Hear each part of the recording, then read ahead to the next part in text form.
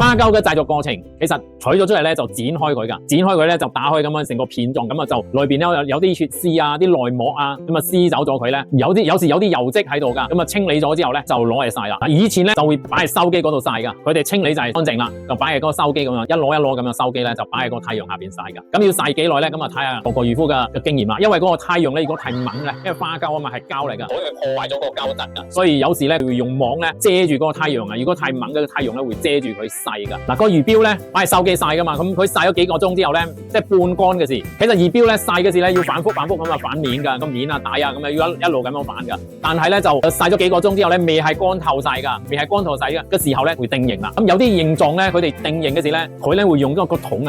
啊 cylinder 個形狀咧就綁住嗰個魚泡個頭嗰度，跟住用橡筋咧咁樣箍住佢，跟住就繼續曬咯。嗱，曬到透明之後咧，咁咧個頭嗰度咧佢哋會吉個窿，咁用啲尼龍繩咧咁啊掛喺度慢慢風乾咯，唔可以接觸到個太陽太猛㗎。依家呢個年代咧已經有啲新嘅方法去曬呢啲魚膠㗎啦，因為香港啦啲地方好細啫嘛，咁啊好多咧啲方法咧已經改晒㗎啦。有啲魚膠咧我哋直情取咗魚膠之後咧，直情係喺室內裏邊用啲抽濕機啦，當然要通風㗎。不過咧傳統嘅技藝咧都值得保留㗎，呢個技藝先叫做非物質文化遺產啊嘛。